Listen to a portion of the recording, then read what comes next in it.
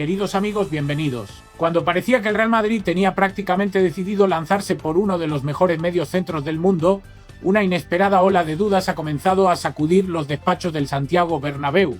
El nombre de Rodri vuelve a ocupar todos los titulares, pero esta vez no por su brillante fútbol, sino por una incógnita que podría cambiar completamente su futuro.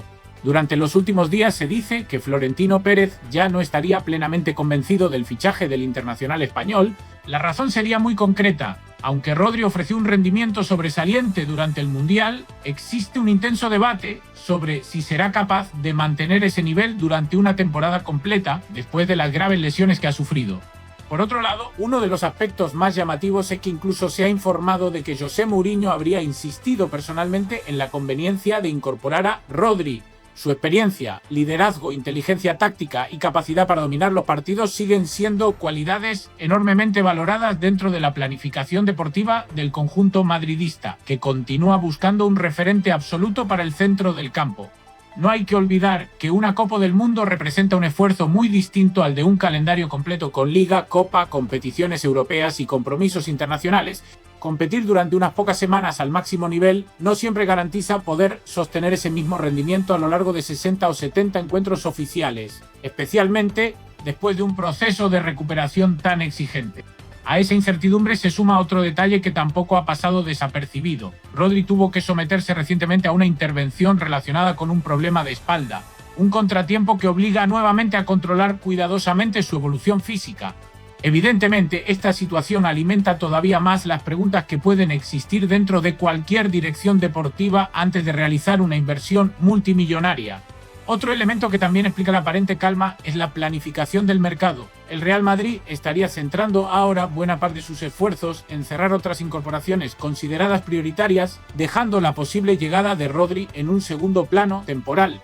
Eso no equivale a renunciar al jugador, sino simplemente a establecer un orden dentro de las operaciones previstas para este verano. A España, a Madrid en concreto, porque está muy cerca de cerrarse el pase de Manchester City a Real Madrid de Rodrigo Hernández, el jugador MVP del último Mundial, y que le puede dar cositas muy interesantes al Real Madrid. Barak, en cuanto se cierre esto, porque ya hay acuerdo con el jugador, según las informaciones que además manejamos, las fuentes nos comentan que los clubes ya están hablando, ya están negociando, y parece todo enfocado a que Rodri vuelva a España y en este caso juegue en el Real Madrid. Con 30 años, ¿qué le puede aportar Rodri al equipo? Ese matiz es importante, los 30 años, y no solamente los 30 años, sino el pasado inmediato que ha tenido Rodri tras ganar el Balón de Oro, que quizás sea su primer Balón de Oro nada más, ¿no? Eso está por verse.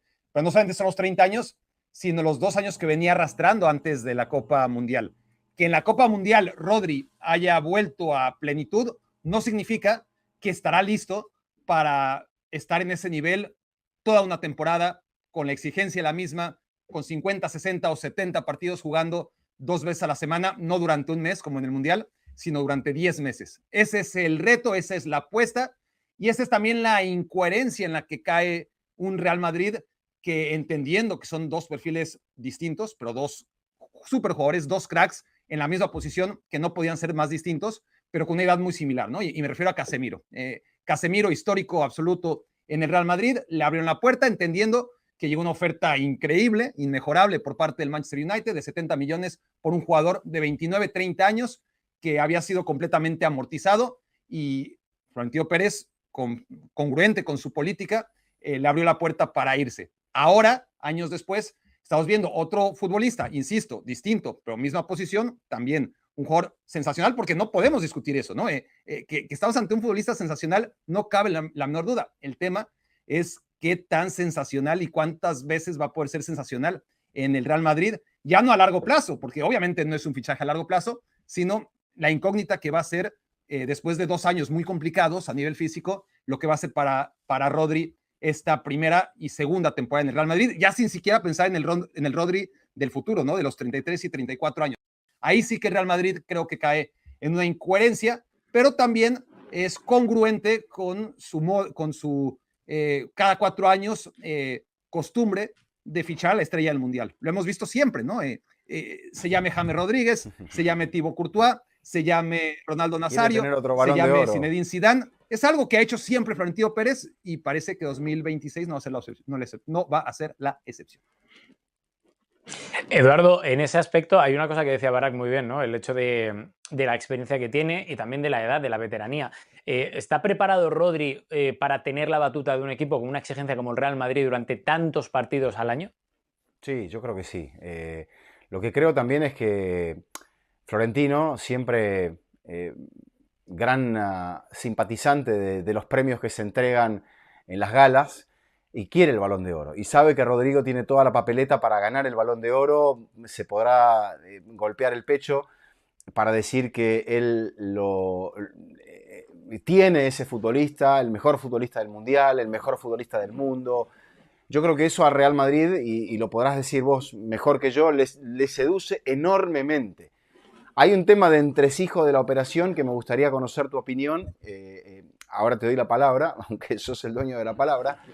Pero, volviendo a tu pregunta, creo que sí. Por ahora creo que sí. Rodrigo tiene 30 años nada más, pero viene de una lesión muy dura, de un problema en la rodilla muy grave, que en otros momentos el Real Madrid se hubiese planteado si tenía que contratar un jugador que ya arrastraba ese problema y que ya pisaba los 30 años. No ha jugado con regularidad en la última temporada. De hecho, su mejor tramo es recién al final y eso lo hace desembocar en tener un muy buen Mundial. Pero hay gente que piensa, por ejemplo, que ha sido fundamental Rodrigo sin llegar para mí, ni a los 9 ni a los 10 durante el Mundial, pero fíjate que cuando él está en el partido frente a Argentina, Argentina no genera una sola oportunidad de peligro. ¿Por qué era esto? Porque, bueno, él comandaba y comanda esa presión que hizo que España ahogara a Argentina, una Argentina cansada, una Argentina mermada y todo lo que quisiéramos. Pero si hay algo que tiene Rodrigo es la inteligencia para poder manejar un equipo dentro del campo. Lo que ha adquirido, lo que ha perfeccionado por el hecho de haber trabajado con Pep Guardiola. Va a tener a su lado a uno de sus lugartenientes más importantes en el Manchester City, el jugador que más veces ha alineado a lo largo de toda su carrera como entrenador, Josep Guardiola y Sala, que es Bernardo Silva. Entonces, el Madrid se ha comprado allí, si lo consigue lo de Rodrigo, cosa que aparentemente sería, un combo ganador, un combo veterano, pero un combo ganador, con otro veterano, Mourinho, que no sé si lo quería en un momento. Hay alguien que no lo quería, y ahí te cedo la palabra para ver los entresijos de cómo el Madrid fraguó o está fraguando esta operación que nadie tenía en los papeles en un cierto momento antes del comienzo del Mundial, sobre todo. Pues mira, muy fácil, Eduardo, porque los entresijos son tan claros como lo siguiente. La directiva no quería a Rodri, Florentino Pérez no veía a Rodri con la juventud suficiente como para aguantar durante toda la temporada, de ahí un poco la pregunta que os hacía.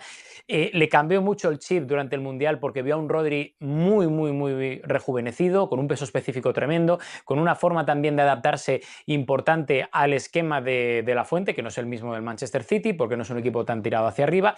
Sigue habiendo ciertas dudas, pero lo que está claro es que Florentino Pérez sabía que había una voluntad clara del jugador de aterrizar en el Real Madrid, que eso es algo que también viene muy bien.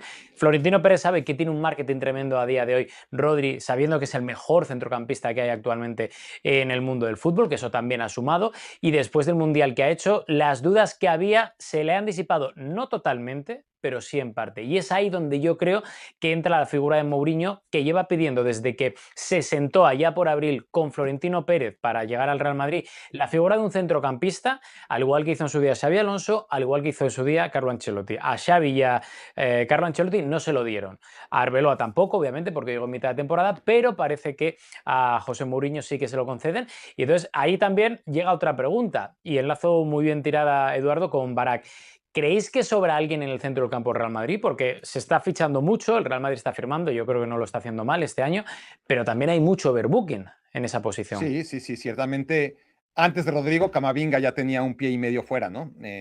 Si obviamos el tema de Camavinga, que es un futbolista con contrato, pero que pocos creen que va a seguir en el Real Madrid, sí habría que replantearse la llegada de Bernardo Silva, obviamente, que ocupa un nuevo lugar.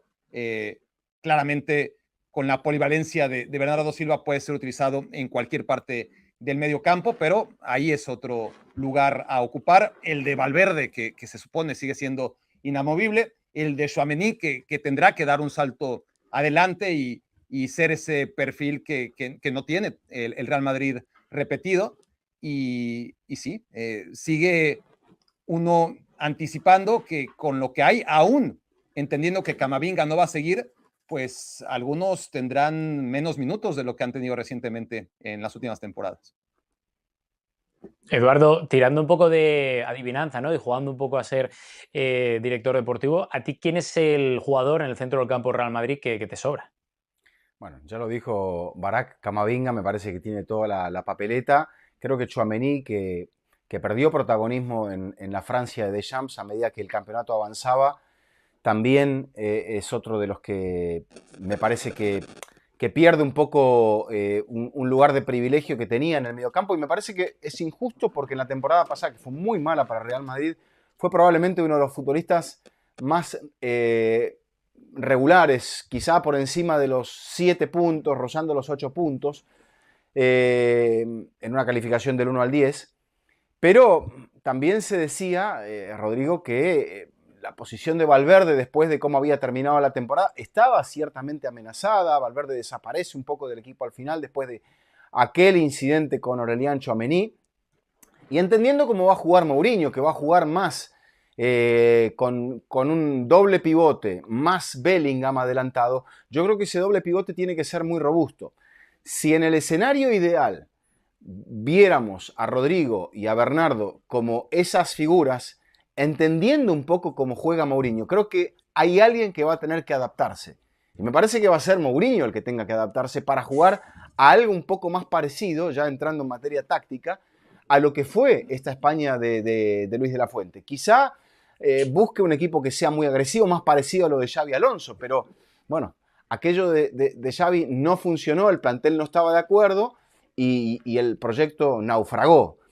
Pero todo esto también, resuelto este tema del mediocampo, tratando de recuperar esa idílica línea de Modric, Casemiro y Kroos, ahora se supone que el medio va a tener ese peso con un Bellingham que no es tan solidario y con delanteros que tendrán que aportar un poco más a la tarea de que el equipo sea compacto y recupere rápido y que pueda ser flexible y que sobre todo pueda llegar a ser ganador. También no nos olvidemos que este equipo ha incorporado 2 laterales top y eso me parece que mejora mucho lo que el Madrid tenía con respecto a la temporada pasada. Yo digo que en esencia con Rodrigo y Diomandé sería casi un equipo renovado a más de un 50%, inclusive con la llegada de Mourinho, que es un porcentaje que lo podría situar por sobre eso. O sea, a Mourinho finalmente, después de los fracasos anteriores, parece esto es un déjà vu a 2010, le han traído todo, o sea que lo están dejando sin excusas para no Y hay ganar. que agregar 2 nombres que no hemos mencionado. ¿sabes? Uno que ya es pasado del Real Madrid, obviamente, Dani Ceballos, ya está. Y el otro es Arda Güler, que parece condenado a reinventarse perpetuamente cada año. Veremos a ver qué pasa con Arda Güler, que también es uno de los casos que ya el año pasado causó mucho revuelo en el seno del cuerpo técnico. Por cierto, en 10 segunditos a cada uno os voy a preguntar, ¿con esto qué está firmando el Real Madrid le vale? Empiezo contigo, Eduardo, para plantarle cara y robarle un poco el protagonismo a nivel, tanto español como europeo al Barça. Por supuesto, el tema es cómo funcione. Ya en este sentido, el Barça ha salido del atasco donde estaba hace 2 años cuando llegó Flick y por eso le lleva un par de años de ventaja. A mí el José Barak, 10 Mourinho segundos. de los últimos 10 años no me invita a ser optimista, honestamente. Ahí me parece que está el principal reto y la principal incógnita que va a tener el Real Madrid, si este Mourinho de los últimos 10 años va a ser capaz con este equipo de hacer lo que no ha hecho en su carrera más reciente.